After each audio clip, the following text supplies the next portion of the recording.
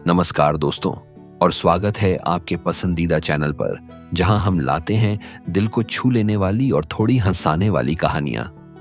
आज की कहानी है पश्चिम बंगाल के एक छोटे से लेकिन बहुत ही खास गांव की।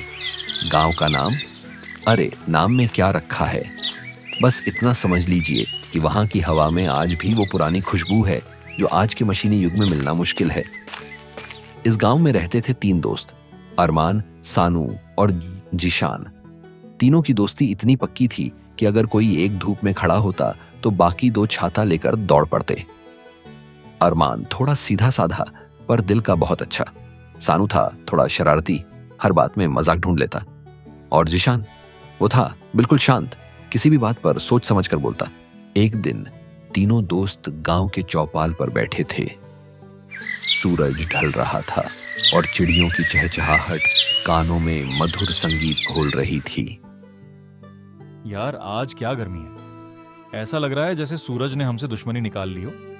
अरे अरमान, गर्मी तो हर साल आती है, तुम ऐसे क्यों घबरा रहे हो? कहीं ये तुम्हारा नया नया लव फेयर तो नहीं? सानू, मजाक बाद में पहले पानी तो पी लो। अरमान, तुम्हारी आवाज थोड़ी भारी लग रही है। नहीं यार, सच में बहुत गर्मी है और मुझे तो कुछ अजीब सा भी लग रहा है। अजीब? कैसा अजीब? कहीं तुम्हें एलियन तो नहीं दिख गए? मेरे तो आज तक एलियन से मिलने की ख्वाहिश पूरी नहीं हुई। अरे नहीं यार, एलियन की बात नहीं है, बस मुझे ऐसा लग रहा है जैसे गांव में कुछ ठीक नहीं है। अरमान की बात सुनकर सानू और जिशान दोनों ने हैरानी से उसकी ओर देखा। गांव में क्या ठीक नहीं हो सकता था? गांव तो हमेशा से खुशहाल और शांत रहता था। क्या मतलब? कौन सी बात ठीक नहीं? हमारे पास अच्छी खासी जमीन है, अच्छा पानी है, और सबसे बढ़कर हम तीनों की दोस्ती है। इससे बढ़कर और क्या चाहिए? अरमान, तुम कुछ सोच रहे हो, बताओ तो सही क्या बात है। वो देखो, सामने वाली पुरानी हवेली, क्या तुम्हें वो खाली खाली सी नहीं लग रही? अरमान ने उंगली उठाकर गांव के किनारे बनी एक पुरानी खंडहर जैसी हवेली की ओर इशारा किया। हवेली सदियों पुरानी थी और उसके आसपास हमेशा एक अजीब सी खामोशी छाई रहती थी। गांव के लोग उस हवेली के बारे में ज्यादा बात नहीं करते थे। ओहो, वो भूतिया हवेली। हाँ, वो तो हमेशा से वैसी ही है। उसमें अब कौन रहता है? बस कुछ कबूतर और शायद कुछ बिल्लियां। नहीं सानू, मुझे लगता है अब वहां कोई और भी रहने आ गया है। कोई और? मतलब?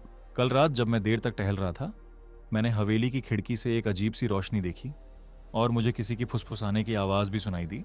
फुसफुसाहट? अरे यार, मुझे लगा था सिर्फ मैं ही डरावनी फिल्में देखता हूं। तुम भी? ये मजाक नहीं है सानू, मुझे पक्का यकीन है उस हवेली में कुछ गड़बड़ है। सानू ने शरारती मुस्कान के साथ कहा, तो क्या हम जाकर पता लगाएं? क्या पता कोई नया डरावना दोस्त बना ले। सानू, थोड़ा गंभीर हो जाओ। अगर अरमान को कुछ महसूस हुआ है तो शायद उसमें सच्चाई हो। हाँ जीशान, मुझे लगता है हमें उस हवेली की सच्चाई का पता लगाना चाहिए। ठीक है, मैं भी तैयार हूं, पर अगर अंदर भूत निकले तो सबसे पहले तुम दोनों मुझे बचाओगे, समझे?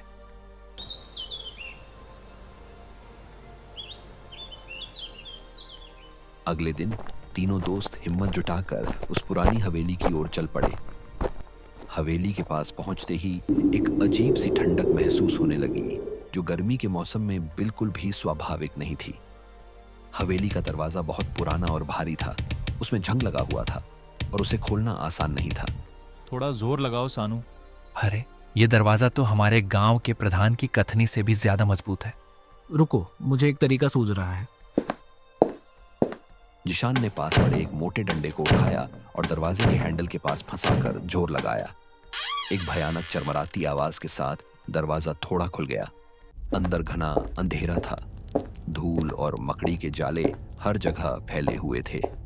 हवा में एक अजीब सी बांस आ रही थी। मुझे थोड़ा डर लग रहा है। अरे, डर तो मुझे भी लग रहा है, पर मजा भी आ रहा है। सोचो, अगर यहाँ सच में कोई खजाना निकला तो? खजाना? सानू, तुम हमेशा अपने ख्यालों में ही रहते हो। हमें तो बस ये पता लगाना है कि यहाँ हो क्या रहा है। वे धीरे धीरे हवेली के अंदरूनी हिस्सों में बढ़ने लगे। हर कदम पर पुरानी लकड़ी की चरमराती आवाज उनके दिलों की धड़कन को और तेज कर रही थी। वे एक बड़े से हॉल में पहुंचे जहां बीच में एक मेज और कुर्सियां पड़ी थीं। मेज पर कुछ पुरानी किताबें और कागजात बिखरे हुए थे। ये सब क्या है? लगता है किसी ने यहाँ बहुत देर से पढ़ाई की है, पर किस चीज की? भूत प्रेत की? इन कागजातों को देखो, ये कुछ पुराने नक्शे और कुछ अजीब से निशान हैं। ये निशान तो मैंने कहीं देखे हैं। कहाँ देखे हैं? क्या ये तुम्हारे स्कूल के किसी असाइनमेंट के थे जो तुमने पूरा नहीं किया? सानू, मुझे याद है मैंने हमारे गांव के सबसे पुराने बरगद के पेड़ के तने पर ऐसे ही कुछ निशान देखे थे। सच में? तो क्या इनका कोई मतलब है?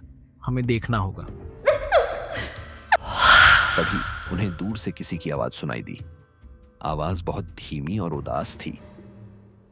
अरे मैंने कहा था ना, भूत। शांत रहो सानू, ये आवाज इंसानी लग रही है। हमें देखना होगा। वे आवाज की दिशा में आगे बढ़े। एक छोटे से कमरे में पहुंचकर उन्होंने देखा कि एक बूढ़ी औरत जमीन पर बैठी हुई है, जिसके चेहरे पर चिंता और लाचारी साफ झलक रही थी। बूढ़ी औरत ने उन्हें देखा और उसकी आंखों में उम्मीद की किरण जगी। कौन हो तुम? क्या तुम मेरी मदद कर सकते हो? हम गांव के ही रहने वाले हैं। आप कौन हैं और यहाँ क्या कर रही हैं? मेरा नाम राधा रानी है। मैं इस हवेली की पुरानी मालिक की बेटी हूँ। मैं यहाँ सालों से अकेली रह रही हूँ। सालों से? पर हम तो कभी आपको यहाँ देखा ही नहीं। मैं किसी से मिलती नहीं। मैं बस इस हवेली में अकेली रहती हूँ और इन पुरानी चीजों को सहेज कर रखती हूँ। आप किन चीजों की बात कर रही हैं? हमने में इस पे कुछ नक्शे देखे थे। ओह, वो मेरे पिताजी के थे। वे बहुत बड़े शोधकर्ता थे। उन्होंने हमारे गांव के पास एक ऐसी चीज का पता लगाया था जो हमारे गांव की किस्मत बदल सकती थी। क्या क्या चीज? वो एक अनमोल जड़ी बूटी थी जो सिर्फ रात को खिलती थी और अगले दिन सुबह तक उसका असर खत्म हो जाता था। उस जड़ी बूटी में इतनी शक्ति थी कि वो किसी भी बीमारी का इलाज कर सकती थी। वाह, मतलब अगर वो जड़ी बूटी मिल जाए तो डॉक्टर की जरूरत ही नहीं पड़ेगी। हाँ, पर वो जड़ी बूटी ढूंढना बहुत मुश्किल है। मेरे पिताजी ने नक्शे बनाए थे पर उन्हें पूरा नहीं कर पाए और अब मैं अकेली हूँ और मेरी भी उम्र हो चली है। पर आपने उन निशानों की बात क्यों नहीं बताई? मैंने कोशिश की थी पर गांव वाले मेरी बात पर यकीन नहीं करते थे। वे मुझे पागल समझते थे। तीनों दोस्तों को एहसास हुआ कि उनकी गलतफहमी दूर हो गई थी। वहां कोई भूत नहीं था, बल्कि एक ऐसी औरत थी जिसे मदद की जरूरत थी। हम आपकी मदद करेंगे राधा रानी जी। हम वो जड़ी बूटी ढूंढने में आपकी मदद करेंगे। हाँ, क्यों नहीं? ये तो बड़ा एडवेंचर होगा। हम तीनों मिलकर जरूर कामयाब होंगे। अगले कुछ दिनों तक तीनों दोस्त राधा रानी के बताए नक्शों और निशानों के आधार पर जंगल में जड़ी बूटी की तलाश करते रहे। यह काम आसान नहीं था। उन्हें कई बार निराशा भी हुई, पर उन्होंने हार नहीं मानी। आखिरकार एक रात जब वे जंगल में घूम रहे थे, उन्हें वही अजीब से निशान दिखे जो हवेली में मिले थे। ये वही निशान है। जल्दी जीशान, नक्शा देखो। हाँ, हम सही जगह पर हैं। और तभी थोड़ी दूरी पर उन्हें एक छोटा सा पौधा दिखा जिस पर एक चमकीला नीला फूल खिला हुआ था। फूल से एक दिव्य सुगंध आ रही थी। वे चारों मिलकर उस फूल को लेकर हवेली में लौटे। राधा रानी ने उसे ध्यान से देखा और मुस्कुराई। मिल गई, मिल गई। तुम्हारी मदद से मैंने जो सालों से खोया हुआ समझा था वो मुझे वापस मिल गया। ये आपकी मेहनत और हिम्मत का नतीजा है राधा रानी जी। और हाँ, इस एडवेंचर का भी। अब आप कैसी हैं? मैं अब बहुत बेहतर महसूस कर रही हूँ। इस जड़ी बूटी का असर धीरे धीरे दिखेगा और सबसे बड़ी बात, मुझे अब अकेलापन महसूस नहीं हो रहा। राधा रानी ने उस जड़ी बूटी का इस्तेमाल करके अपनी बीमारी को ठीक किया और फिर उन्होंने उस जड़ी बूटी का ज्ञान गांव वालों को भी दिया। धीरे धीरे गांव में हर तरह की बीमारियां ठीक होने लगीं। गांव वाले अब राधा रानी का बहुत सम्मान करते थे और उन तीनों दोस्तों की हिम्मत और समझदारी की सबने बहुत सराहना की। देखा सानू, मैंने कहा था ना कुछ गड़बड़ है। हाँ यार, पर ये तो बहुत अच्छी गड़बड़ निकली। मुझे तो बस मजा ही मजा आया। ये मजा नहीं, ये नैतिकता का सबक है। किसी को भी उसके बाहरी रूप से नहीं आंकना चाहिए। और इस तरह पश्चिम बंगाल के उस छोटे से गांव में तीन दोस्तों की दोस्ती, उनकी हिम्मत और उनकी नैतिकता ने एक नई सुबह का आगाज किया। तो दोस्तों, आज की कहानी से हमने यही सीखा कि कभी भी किसी के बारे में गलत धारणा नहीं बनानी चाहिए। और अगर आप किसी की मदद करते हैं तो शायद आपकी अपनी मुश्किलें भी आसान हो जाएं। मिलते हैं अगली कहानी में। तब तक के लिए अपना ख्याल रखिए और खुश रहिए। धन्यवाद।